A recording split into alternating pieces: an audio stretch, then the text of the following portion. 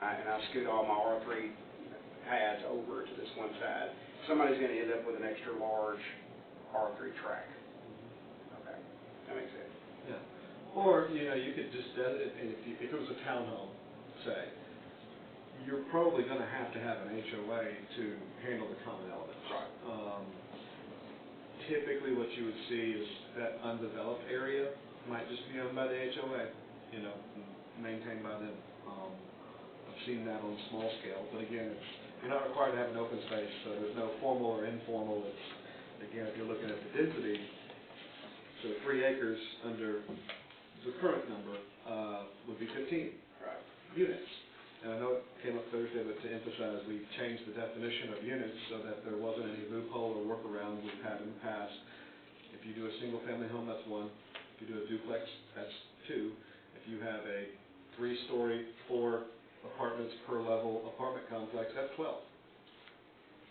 Put it wherever you want, and you're not confined to one type in the zoning. I mean, to the extent R1 single family, R2 single family and duplex, and then R3's whatever, but you don't have to just do one type. You could do some homes, some duplexes, some apartments. You're just limited by that cap number. Yeah. So, your 3-acre example, I guess you could do 1 home, 2 duplexes, so you're now at 5, and then the 10-unit apartment building, technically, but that's for R3.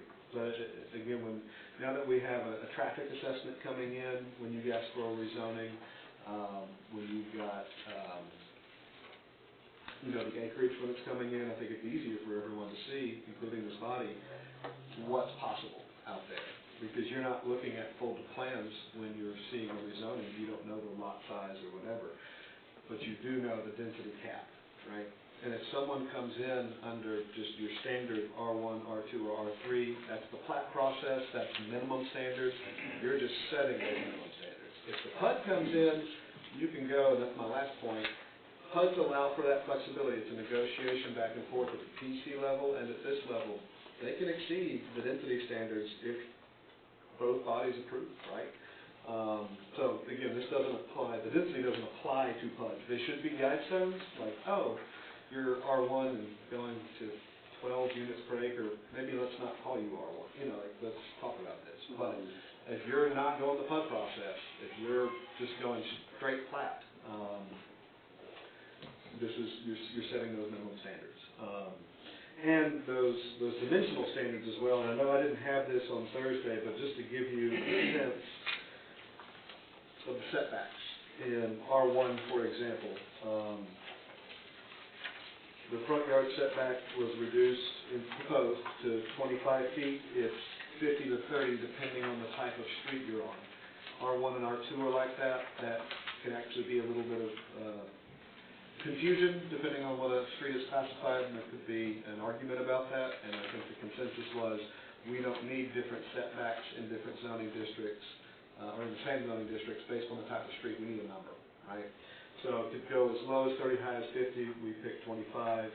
Right now, the side setback in R1 is 15. It was reduced to 10. The rear currently is 30. It was reduced to 25.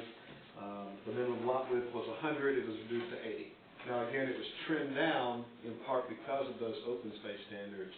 It's about a 20 to 30% across the board reduction. But again, you're not looking at lot size minimum.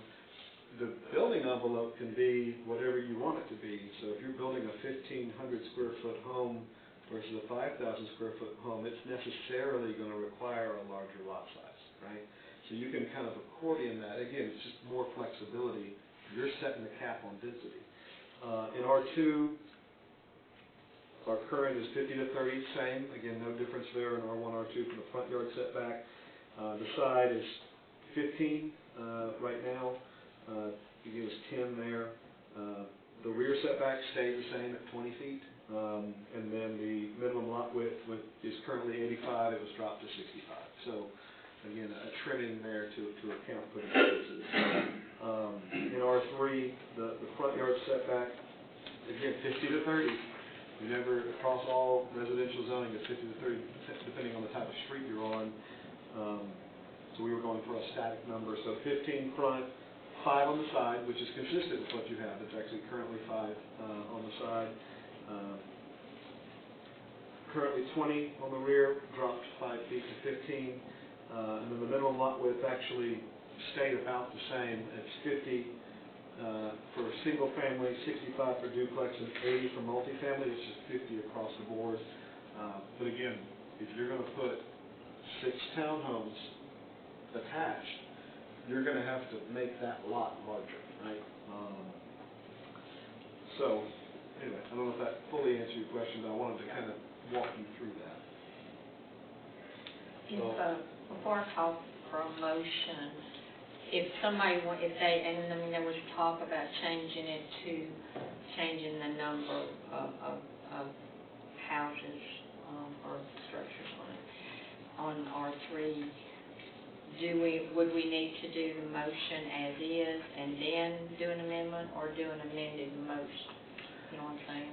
Yeah, I think the cleanest would be a motion to approve. This is first reading. A motion to approve, and then once you're in the open for discussion, anyone who wants to make a motion to amend would be appropriate at that time. Okay, gotcha. What is the current dimension for easements on our collector streets or arterial streets? Should be 50. It's pretty much 50 unless From the center of the road, 25. 25, yeah. Okay. Typically. If we inherited a county road, it can get a little wonky. TDOT, depending on where it is, likes to be 50-50 from the center line. It just depends. Yeah. So, and those setbacks are measured from the edge of the asphalt. So it's not measured typically from the center line. So my concern is when you get to R3 and you've got a front yard setback that's only 15 feet, the easement could potentially cover that entire front yard setback or the front yard. Depending on how wide the asphalt is, again, you'd be measuring 15 feet from the edge of pavement. So the ability to perhaps widen the road could be, but usually this is going to be in a subdivision. So that's my concern, is because there are some things now in our community and other communities where roads can't be widened because structures were built closer, and people just didn't think that far ahead. I mean, personally, I feel like if it is 50 feet, I feel like the front setback should be at least 25. Because then you're talking about in the future, someone could go all the way up, literally to your doorstep. Yeah, I don't think that would be out of line with other jurisdictions we've seen. Again, typically your R3 in this, not always, typically is going to be in a subdivision on a neighborhood road, on a local road, a collector road.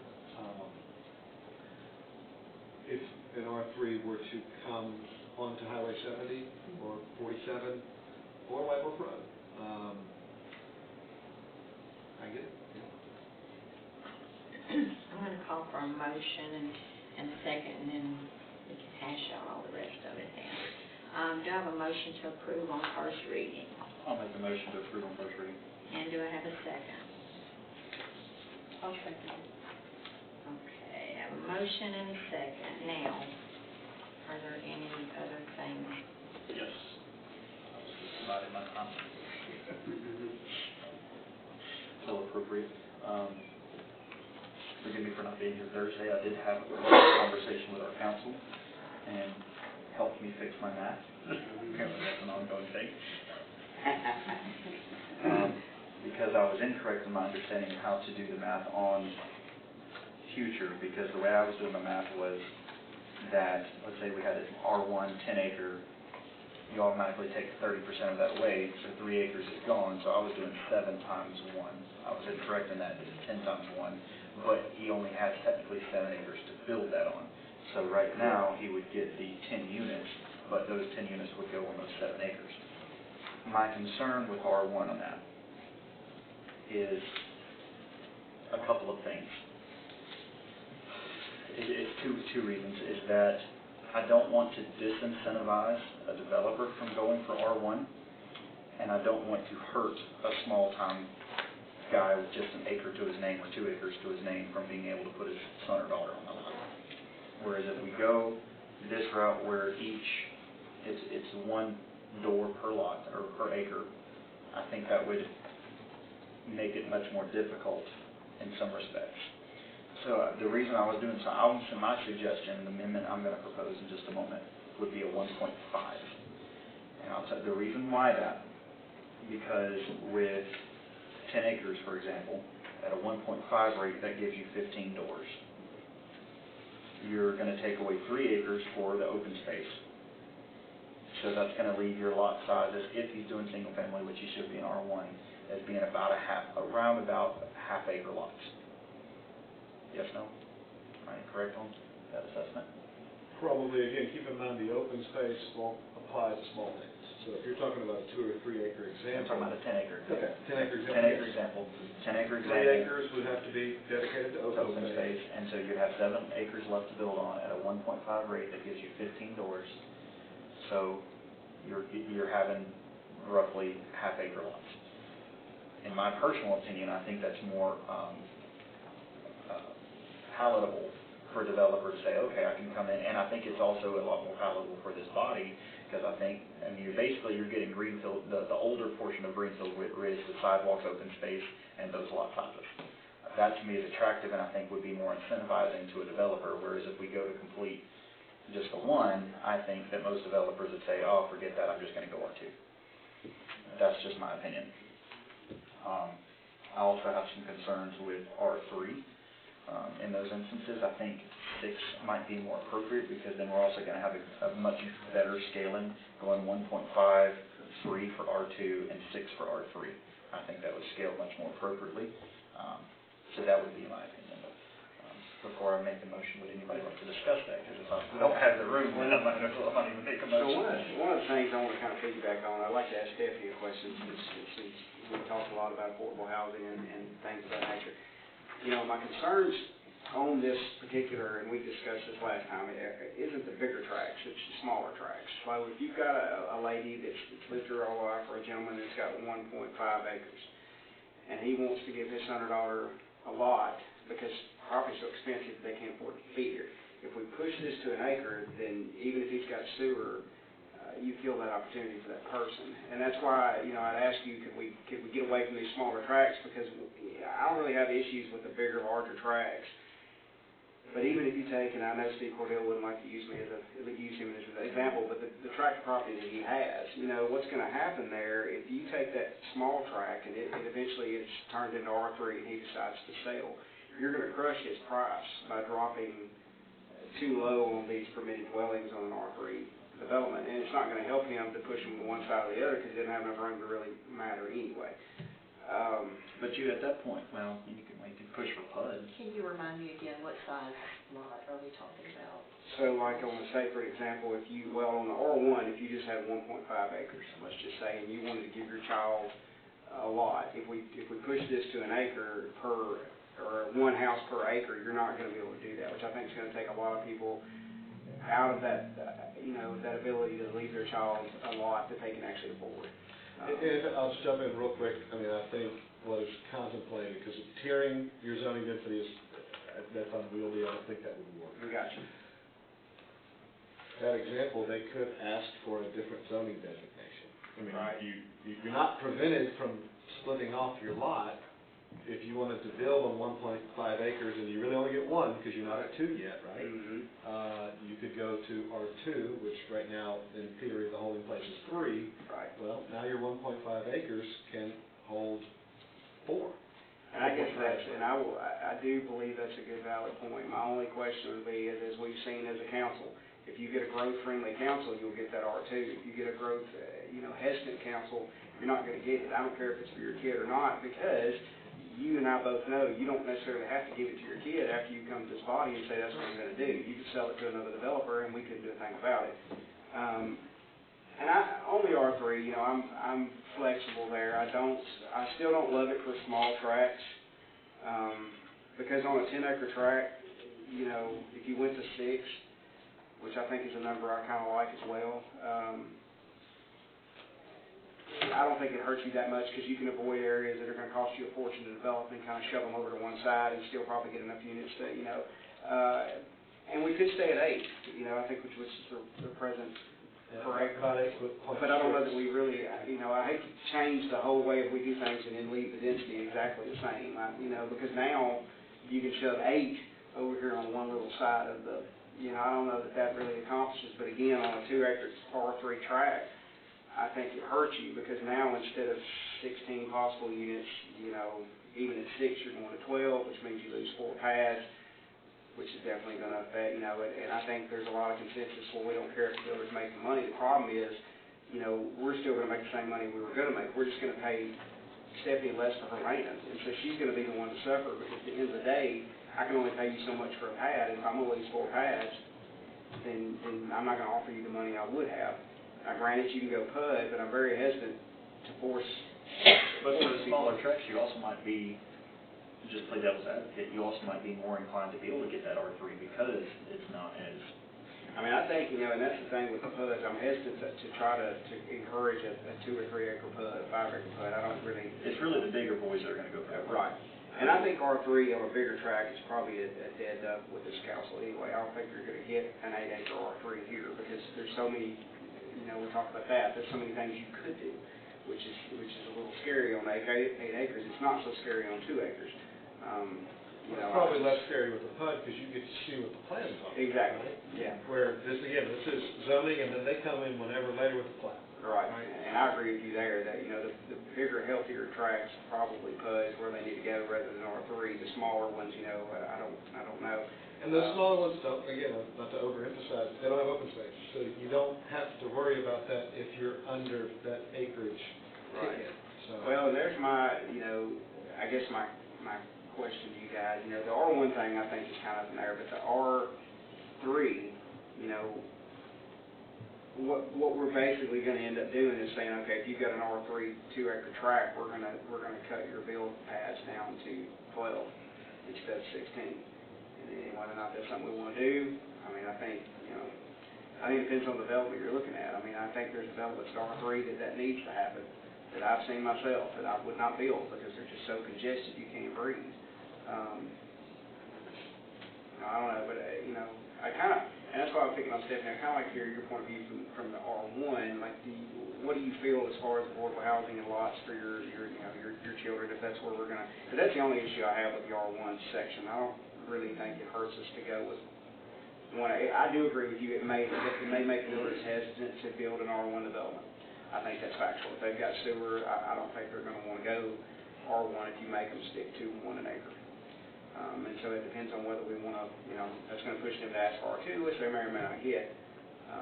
But, so I was just curious as far as the, What is the current minimum square footage for R1? 22,000 square feet. So you're right, just a hair over half an acre. Right. That's right.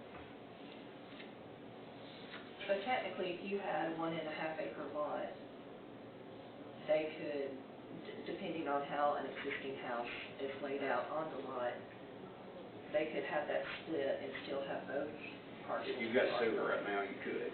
If you had sewer and your house was on one side of your 1.5 acres, you could cut them a 1/2 acre if you had sewer. Now, if you don't have sewer, it doesn't matter anyway. But, and that's the thing that, with the R1 phase that he's discussing, that's my biggest concern there is, because I do believe, I mean, my daughter's a prime example, she can't build a house if I can't give her a lot. That's all there is to it. And so, not at her present income. And I would like to think if you got, 1.5 acres that you could do that. I hate to do anything that's going to hurt that, I guess, is what I'm saying.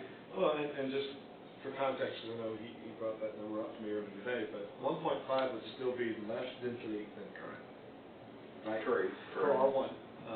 And if you went to 6, for example, and the numbers were quoted Thursday and today, that's less density than we currently have for R3.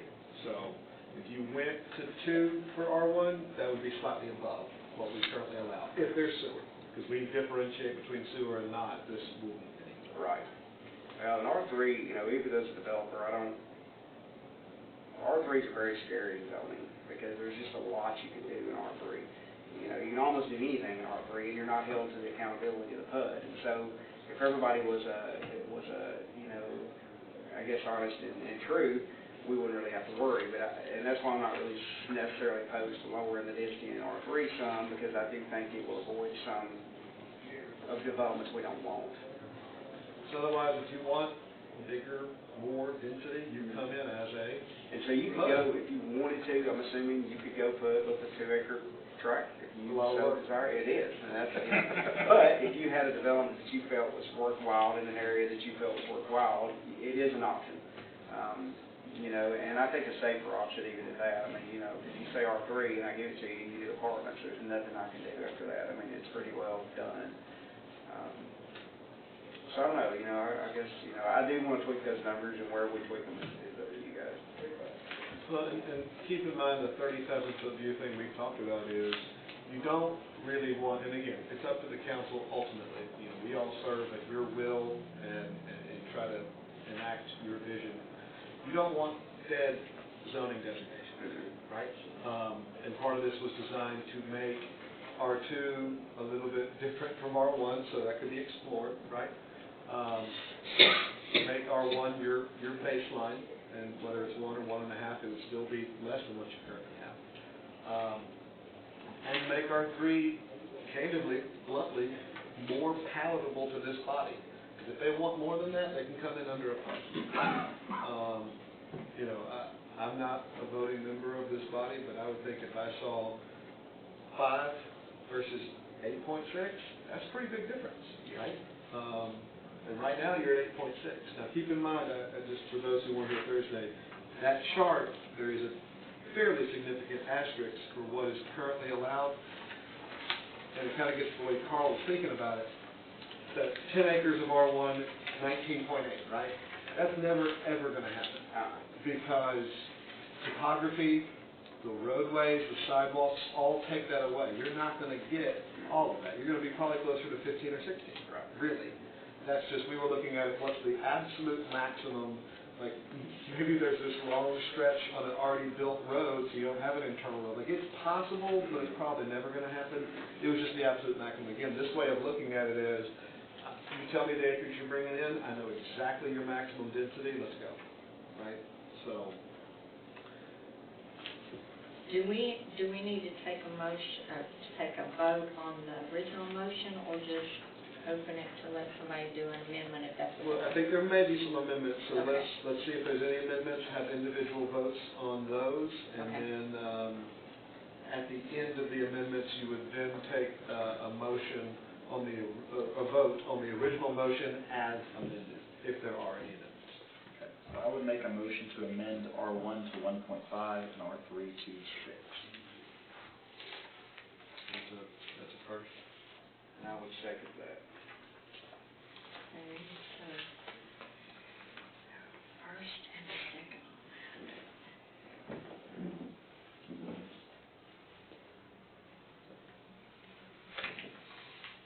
All right, is there any discussion on that? So now we need to vote on Yeah. just that, on the amended I need a vote on the motion in front of us, the amended motion, changing the original from R1 to 1.5 and R3 to 6. All in favor say aye. Any Aye. opposed?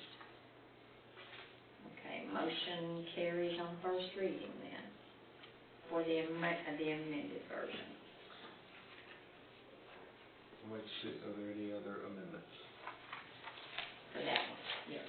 All right, is there anything else then? Yes. I would like to make a motion that we amend for R2 and R3, the minimum front yard setback to 25 feet. R2 and R3, so, I'm sorry, I To, didn't. yes, to 25 feet for the front setback. Can you walk me through that, Stephanie? Yes, again, it goes back to the easements, because, again, Can like, forgive me, help me build a picture, like, what's your worst case scenario if it doesn't go through that you're afraid of? That's your amendment. so, as council mentioned, this would mostly apply to subdivisions. But again, we have some situations here in White Bluff and other communities where roads cannot be widened or infrastructure cannot be upgraded the way you would like for it to be upgraded because the structures are too close to the road. And again, it may start out as a subdivision, but over time, and it could be 25, 50 years before this happens, you have a school built next to the property where the subdivision is located, and now everyone's using that subdivision as a route to and from the school. So my concern is if you only have a 15-foot setback, and then something like that changes in the future, you've got a situation kind of like Green Hills, if you're familiar with that area in Nashville, where it bottlenecks because over 50, 75 years, the population has grown. They widen the road where they could, and then you get to a certain section, the older part of Green Hills, where the buildings are right up by the road. There's nothing else they can do. I'm just trying to think ahead. I think builder-wise for us, you know, you're giving us, at 25 feet, you're giving us less than the minimum we would have had to go. So I think even at 25, that would be reasonable, I think. I don't have any problem with that. I think that sounds good logic. Okay, do I have a motion on that then? I made the motion. Yeah. You don't need a second. You I'll did, second. sorry. Okay. Do I have a second? Mr. Scott. I second. Okay. Second. All in favor say aye. Aye. Okay, that amendment passes on first reading. Any others?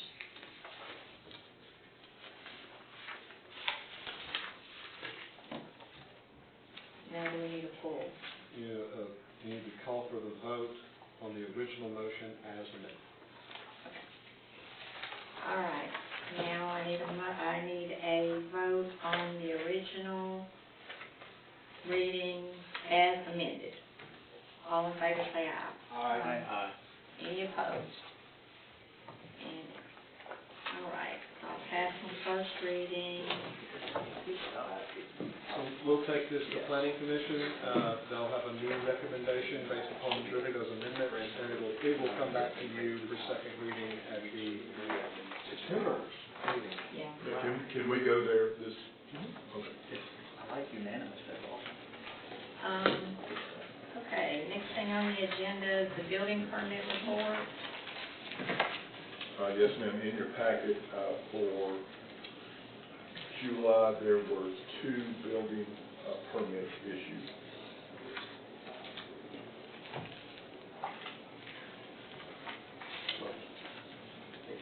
In 22 Town, is that the Great Wall building? Sure. That's not the Great Wall, yeah. That's the one we just rezoned. Next door to, Oh, yeah, got it. the rental property. I'm sorry, I think I was jerking at H&H. Yeah, I'm not involved in that. Are there any questions about the report? Okay. And next, the police department report.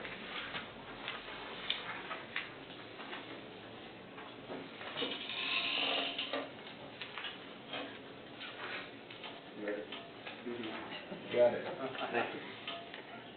I didn't hear you ask for it last time. The jail sent out an email, so had it not been for that, there would have been no notice in there for me. So, what do you think, Mr. Jail? Thank you, Mr. Van. Calls for service, 345, 105 traffic stops, 66 citations, 51 warnings, 13 arrests, and 1 DUI. So, in the traffic stops, out of the 105, only 66 were citations. Yes, sir. Yes, sir.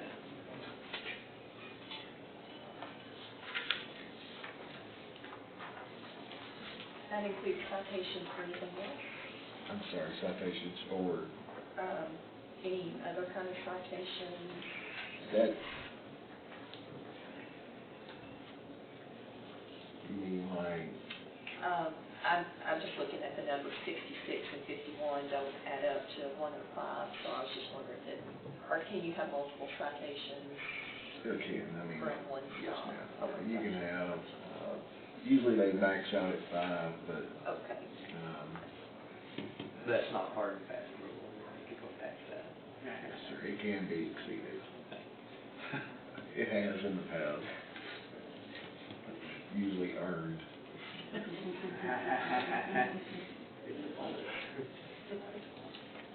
Okay. Thank you. Okay, next is the fire department report. I believe you stepped out, I don't know if you got a call or. More citation.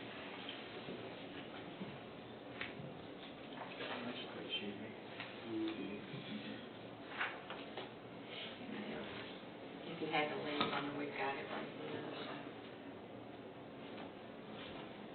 It's amazing how many medical compared to everything else, every single month. It goes on my house all the time, that one's down, I think it's like 4 times Sunday. It's on. I'll just be casual, right? Can't be leaving, You should have copies of the fire report. So, now, do you have any questions? Very nice. What is 159 and 165? That's the issue numbers. 159 is inside the city, 165 is outside the city. All right, thank you. We were just discussing how many more medical calls we always get than anything Oh, else. yeah, it's just like 87%, something like that. So, If I'm not mistaken, you'll probably remember, but in my younger years, you didn't have that in the city. I mean, not to the extent that you guys respond. The medical calls? Well, I mean, you might have had the calls that we didn't get. Now, pretty much, if you call medical, it's you guys first. Yeah. You know. When I started with the fire department a lot of years ago, we had 30 calls a year. And that was just fires.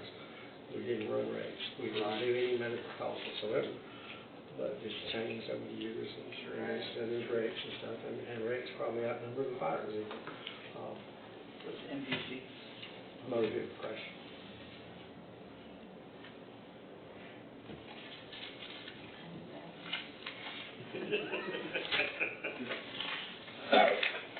Chalk that up to my next. Any more questions for We you? were talking, we were over at Serendipity Suites a Mhm. couple days ago. They said they were having a problem with false alarms that At affect where? you. Serendipity Suites, They've been having problems? We haven't been paid there for anything. okay. Not that I'm aware of. Yes.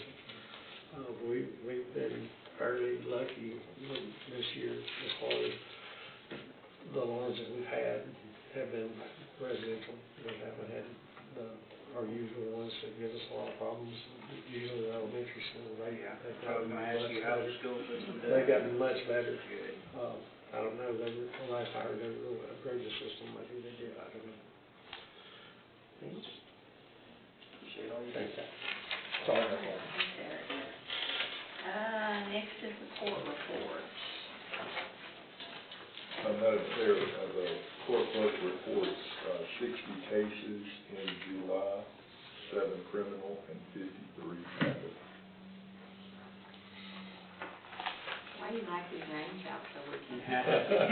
They say happy all the way down. You want more fun? I already tried to look at that. So, being the traffic, then they would be, the minimum amount would still apply within the one we changed. That went into effect, that's. Has the judge given us any pushback on that, or? I have not heard any pushback, but I can certainly check. I was just curious. And we hadn't heard any word as far as, because right now, I know we, have Lamar's as our interim, right? Gilmar, yes. Yes, that's pretty. There's any word on that? No word on that. I think we can talk more offline. Obviously, I can say publicly, we can't stay as we currently are for 6 more years. I think that would probably be frowned upon by the AOC, but there's nothing we have to do immediately. I was just wondering, because we're getting close to election time, and Well, we're already passed for the judge position, qualifying, I believe. So if anything were to change now, it would be for the 2026 election, running for the remainder of that term, which would be 4 years if my math is checking out, and then you'd be back in cycle, so. We can talk. Okay. Was this third one the Caucasian female that's caught speeding without my wife? Yeah, told me that. She was divorced.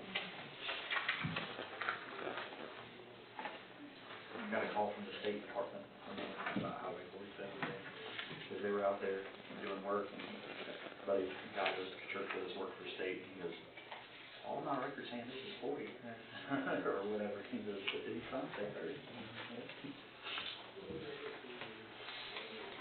Okay, next is to discuss our rural fire service fee structure. I know that there were, some that want to cap it, and just to be frank, I did talk to our fire chief, and he is not in agreement with capping it, because the work is still the same, the expenses are still the same, and so there's, in his mind, there's no good reason to cap it.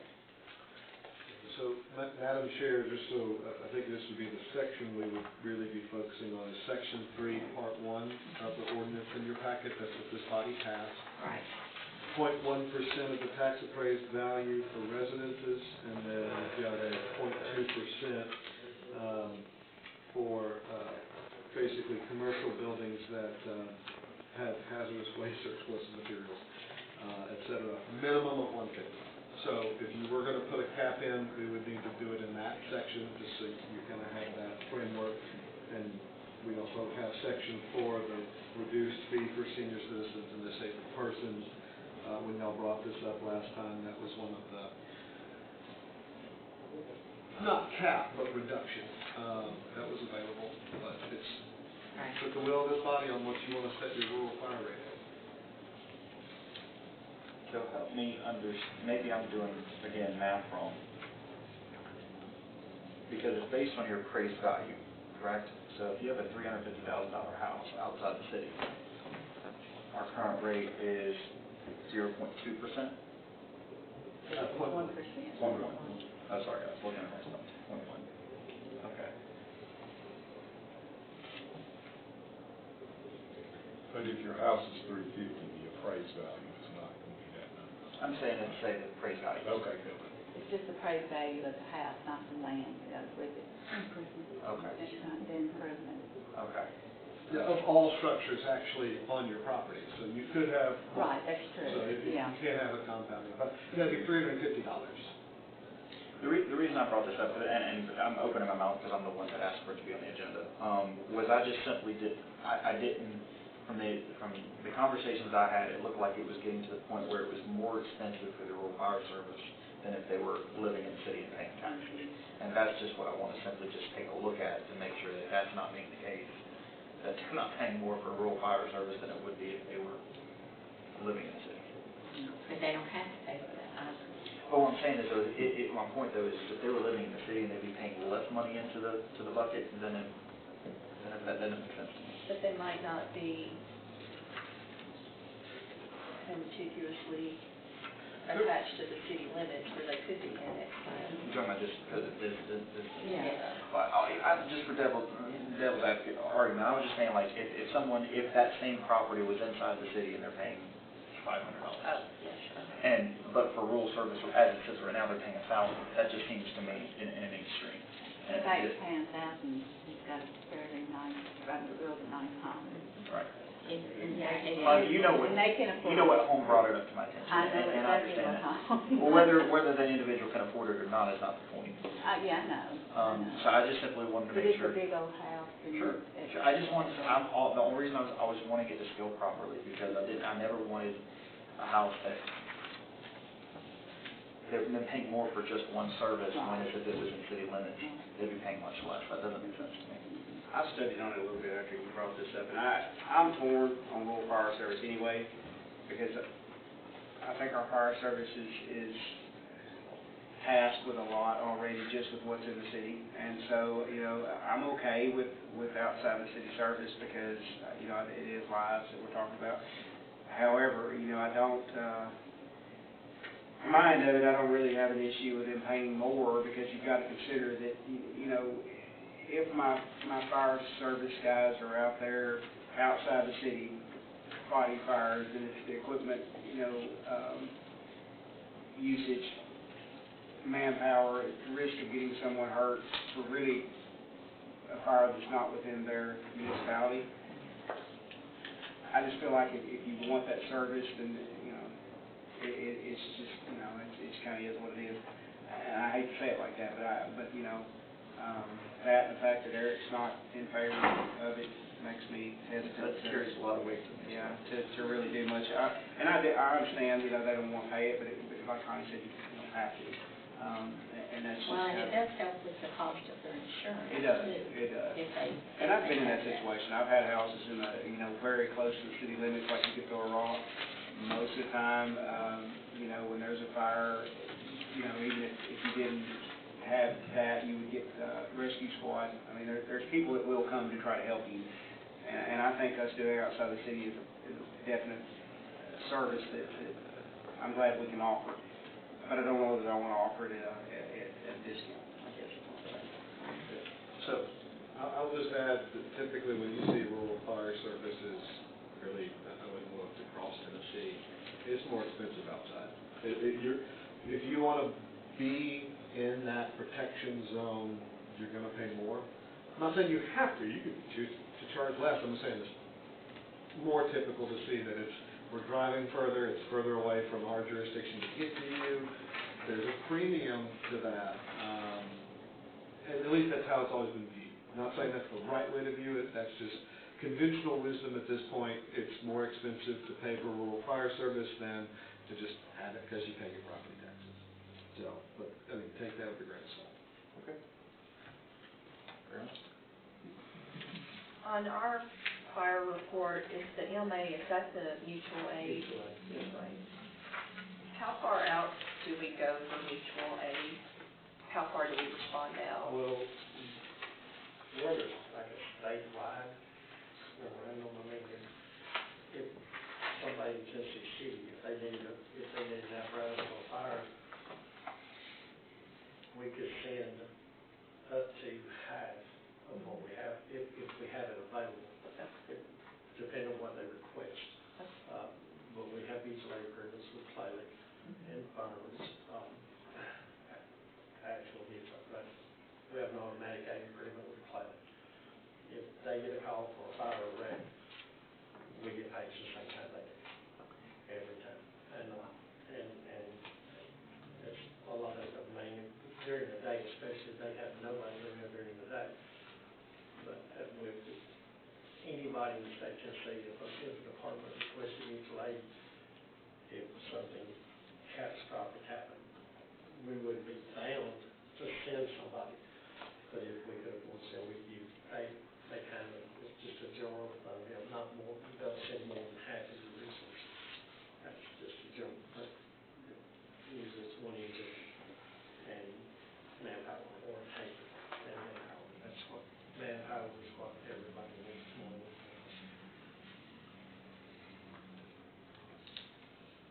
Anything else on there? I'm satisfied. Thank you for allowing me to investigate that. No motions, okay. The next thing on the agenda then is to consider the offer of the irrevocable dedication accepting Claddock Cobb Way in the Maple Hill section of Greenfield Ridge subdivision and accept the maintenance bond of $10,368.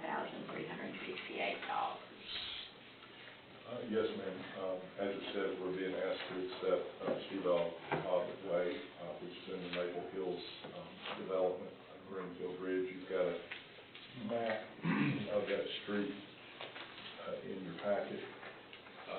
We do have a one-year maintenance bond that would go into effect should you choose to accept. And there's nothing out of the ordinary about this. This happens all the time.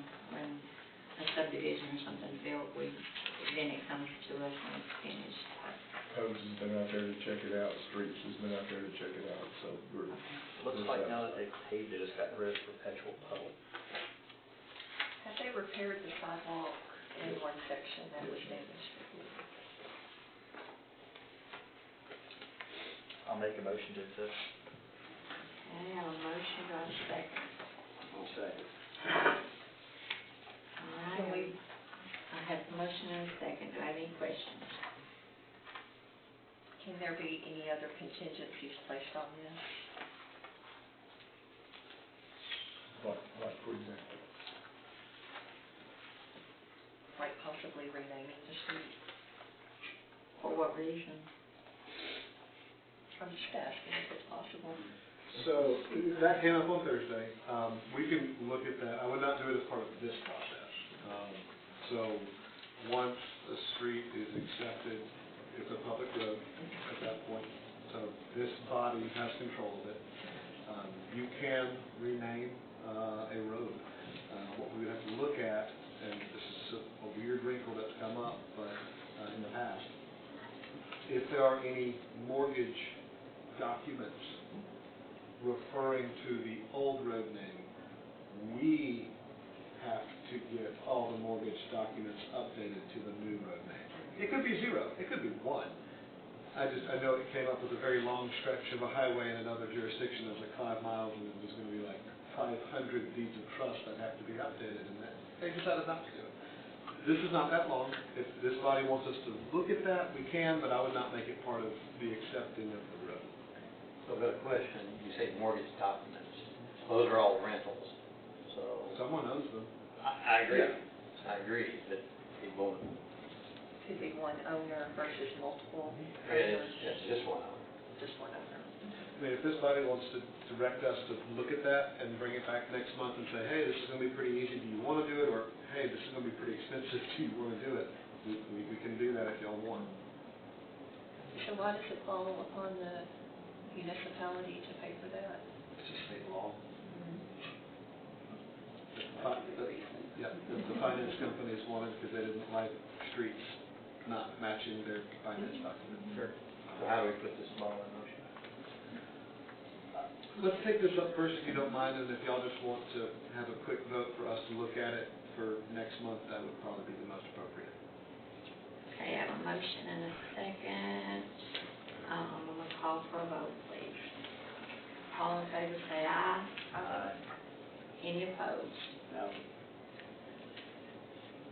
Of course, the big question is what names go along with carriage and, And I'll treat, bottom. let me tell you this, like, I think y'all deserve a reason, because you know, if we do this, where's it end? You know, I mean, I understand the reason why, but where's it end? I There's think a what we lot. voted on was just accepting the road. Oh, no, I accept the road, I'm sorry, I thought we were Okay. voting on. There we go. So I need to change mine to yes. We take it to It's technically a separate subdivision called Maple Hills. It could be something like Maple Street, Maple Road, Maple Avenue. So, okay, we all, I've seen the original plans, and it's supposed to be in creek bottom. Creek bottom was supposed to go all the way around. So, again, let's make sure to put this on the work session agenda, and if no one has objection, we'll look at what has to be done to make this happen, given we have to look at what's up record, so we can do that. there's also the 911 and the post office and the whole thing. Those are actually a little bit easier than the finance documents, but that is a step, yes. Okay. That has been passed. All right, the last thing is something that was added for us, on-street parking discussion. So I know that came up on Thursday, Yes. and I was just going to kind of give a brief overview of what's possible. Spoke to Chief Fulcher, obviously want to make sure proper enforcement mechanism, burden, et cetera, but this body could pass an ordinance banning on-street parking townwide. I wouldn't do that per se. I think we should pick targeted areas. We could probably start with subdivision roads. Our major thoroughfare plan classifies roads, and I think we just call that neighborhood or local roads. Is there another name for it, Jeff? I think we call them collectors. Collectors. So you could start with all collectors, or you could pick a few subdivisions to start. But we need to know the roads where no parking would occur. In terms of enforcement, this is not a rule of the road, so it doesn't fall under that typical criminal jurisdiction like when you get a speeding ticket or reckless driving or anything. It would be a code violation. It would be a violation of municipal code. So it'd be a $50 fine plus court costs. And I mean, we handle code violations in our municipal court all the time. It would just be in that world, not the criminal world, for clarity. And then I think to make it easier, what we've done elsewhere is you need to designate somebody to have the authority to put no parking signs on a need-be basis in areas you've already designated.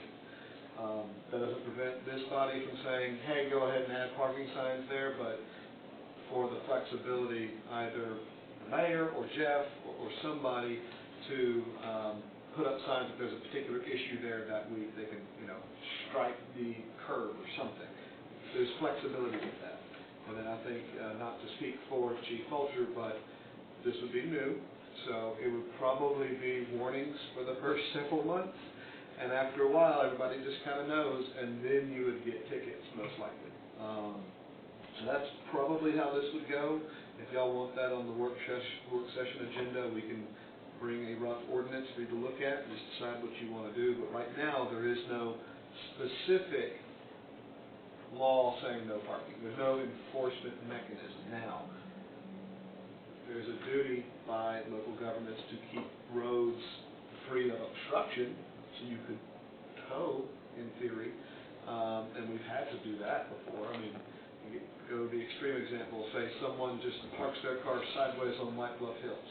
Doesn't matter that there's not a law on the books, we'll tow that, So this just kind of gets a little bit more nuanced in that in certain areas there's just no street parking. And there could be pushback to that, so keep that in mind. Where we have an issue? I think it's mostly the subdivisions, isn't it? Yeah. Not just subdivisions, no. Most of what I've heard, and I don't know, but most of what I've heard is like, over there behind the liquor store, that area, because there's not any guest parking, and if you have 3 or 4 people for a birthday party, then they block half the road. That's the complaint I've heard, but I'm sure this is factual. I think I did hear Jordan Circle mention, because it's relatively tight over in there, and I will say I've seen them parking the street over there. So basically, would we have to get under here and make a list of the places that we feel are... Really, you have carte blanche on that. I mean, you could designate the type of road. We could just say all collector roads, so that's not 47, 70 White Bluff Road, really, because those are the arterials. Or you could designate specific subdivisions. You could say, White Bluff Hills, Greenfield Ridge, Bell Forge, etc. Start there, and if there's other roads that need to be addressed, you add that to the list. Again, it's not a static thing. I mean, if you go a couple months and say, oh, we forgot a road, you can amend the ordinance at that point. What you would be doing is creating the framework for enforcement of no parking. A portion of that is just picking where that is. When you pass that is a law, but there's no immediate signs that go up everywhere. So that's why I think warnings and things like that, and if there's a particular area that's bad, we'll go plant a sign real quick. But as you can imagine, if you did every subdivision and you kind of wanted to have everyone see no parking at dozens, 100 signs, I mean, you could start to have a significant cost with that. So I think easing into it's probably better. What was the example Thursday of people used to park on the sidewalk? Main Street. On Main Street, and then when they got told no, people got mad, and then they eventually learned, So it's at the will of this body on how you want to handle your roads and where you want parking and where you don't. That's why you saw the ordinance earlier tonight, to make sure that there's more options for parking, and it's less enticing to even be on the road, but that still doesn't prevent people from parking on the road unless you say so. How would fire lane come into this? We don't really have. I would have to look at the International Fire Code, which I don't have. Certain commercial structures have to have a fire lane. Right. I don't think that really exists in residential. Okay. So, I would be hesitant to just canvas the whole. Just parking around the fire hydrants, because, Yeah. you know, other than that, as far as residential. I just didn't know if that would be an easy way to demarcate just, the red stripe. I mean, you see in areas, it's like white diagonal striping that occasionally says no parking. I mean, spraying that's sometimes cheaper than a sign, depending on where.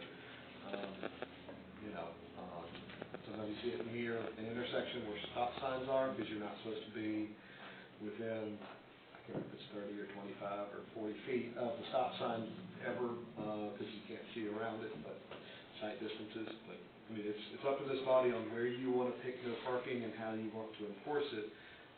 Again, you're limited to $50 a day by the Constitution, because they did not index that to inflation in 1796, so it's been $50 forever. And we should involve chief culture in this too, I believe. I'm just saying, we'd like to be involved in, not right now. My recommendation would be, like you said, start with subdivisions, if you wanna do it in phases. But also, the police department, we could provide you a list of roads where we know that we're having issues that are dangerous for fire trucks, and I'm sure Eric has some roads, that y'all can look at. That's all, I wouldn't wanna canvas everything, I would just say, tell us the roads that y'all are having problems with, and just go with that. That's personally my opinion. So I guess the question is, do we want it on the work session agenda for next month? Well, we can have the ordinance, the question mark's gonna be, where do you want it to apply? And so I don't have to have that right now. But if y'all want it, just kind of make a quick motion, let us know, and we'll go work on it. So I make a motion, we add it to the next work session agenda. Okay, I have a motion, do I have a second on that? I'll second that. Okay, and I have a second. Any more questions about it? All right, all in favor say aye. Aye. Any opposed? So we'll be on the work session next month.